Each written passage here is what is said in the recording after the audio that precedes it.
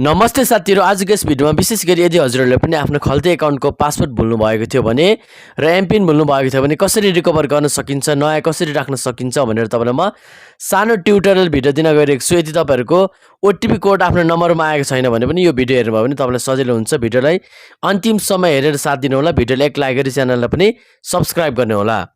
अब जस्तै यहाँनिर दिन सक्नुहुनेछ, म चाहिँ यहाँनिर चाहिँ मोबाइलको स्क्रिनमा आइसकेको छु। अब यहाँ मोबाइलको स्क्रिनमा आइसकेपछि तपाईले आफ्नो खल्ती एकाउन्टलाई चाहिँ एकचोटी खोल्नुपर्ने हुन्छ, खल्ती एपलाई खोल्नुपर्ने हुन्छ। त्यसपछि यहाँनिर तपाईको देख्न सक्नुहुनेछ खल्ती एपलाई यहाँनिर तपाईले खोल्नुपर्ने हुन्छ। खल्तीलाई खोलिसकेपछि यहाँ सुरुमा तपाईले नम्बर हाल्नु होला आफ्नो, के छ त हैन, खल्ती कुन एकाउन्टबाट बनाउनु भएको नहाल्दा पनि हुन्छ, हाल्दा पनि भयो। तपाईले यहाँ म देख्न सक्नुहुनेछ नम्बर हाल्दैछु एकैछिन। नम्बर हालिसकेपछि अब त्यहाँ तल फर्गेट पासवर्ड भनेर यहाँ लेखेको छ तल, त्यहाँनिर तपाईले टच गर्नुपर्ने हुन्छ, देख्न सक्नुहुनेछ। अब त्यसपछि यहाँनिर आफ्नो फेरि पनि नम्बर हाल्दिनु होला, सेम नम्बर, कुन नम्बरबाट तपाईले खल्ती एकाउन्ट खोल्नु भएको थियो खल्ती एकाउन्ट, त्यही नम्बर हालेर तपाईले यहाँनिर चाहिँ रिकभर अप्सनमा तपाईले टच गर्नुपर्ने हुन्छ। पर्पल कलरको यहाँ तपाईले तल देख्न सक्नुहुनेछ। अब यहाँनिर प्रोसिड टु सेन्ड एसएमएस तपाईले एउटा ओटीपी कोड पाउनु पर्ने हुन्छ। त्यसको लागि प्रोसिड टु सेन्ड एसएमएसमा तपाईले टच गर्नु होला। तपाईको आफ्नो मोबाइल नम्बर चाहिँ तपाईकै मोबाइलमै हुनुपर्छ जुन एकाउन्ट तपाईले बनाउनु भएको थियो। त्यसपछि तपाईले मेसेन्जरमा पनि मगाउन सक्नुहुन्छ, व्हाट्सएपमा पनि मगाउन सक्नुहुन्छ, मेसेजमा पनि। अब अहिले म मेसेजमा मगाइ हेर्छु, भएन भने मैले व्हाट्सएपमा मगाउँछु हैन।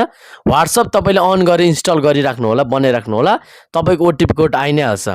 अब त्यसपछि यहाँनिर तपाईले एसएमएस मगाउनको लागि तपाईले तल देख्न सक्नुहुनेछ एसएमएस पठाउनु होला, सेन्ड गरिदिनु होला, दिन सक्नुहुनेछ।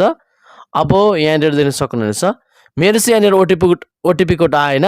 अब मैले व्हाट्सएपबाट देख्न सक्नुहुनेछ व्हाट्सएपबाट ओटीपी कोड मगाए, फेरि पनि ब्याक भएर व्हाट्सएपमा मेरो ओटीपी कोड आइसकेको छ, देख्न सक्नुहुनेछ। अब तपाईले माथि र तल नयाँ पासवर्ड राखिदिनु होला हैन, @ कमा # त्यस्तो प्रकारको दुईटा पासवर्ड राखिदिनु होला, सेम।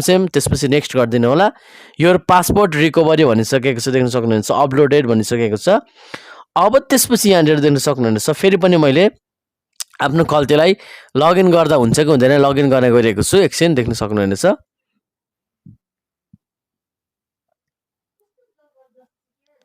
नम्बर हाल्दैछु।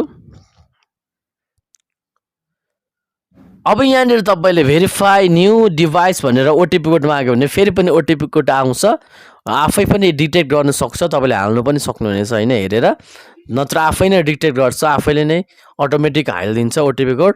देख्न सक्नुहुनेछ तपाईहरुको आँखाको अगाडि मैले चाहिँ खल्ती एकाउन्ट रिकभरी गरिसकेको छु। अब तपाईले फिंगरप्रिन्ट राख्न चाहनुहुन्छ भने फिंगरप्रिन्ट पनि राख्न सक्नुहुनेछ।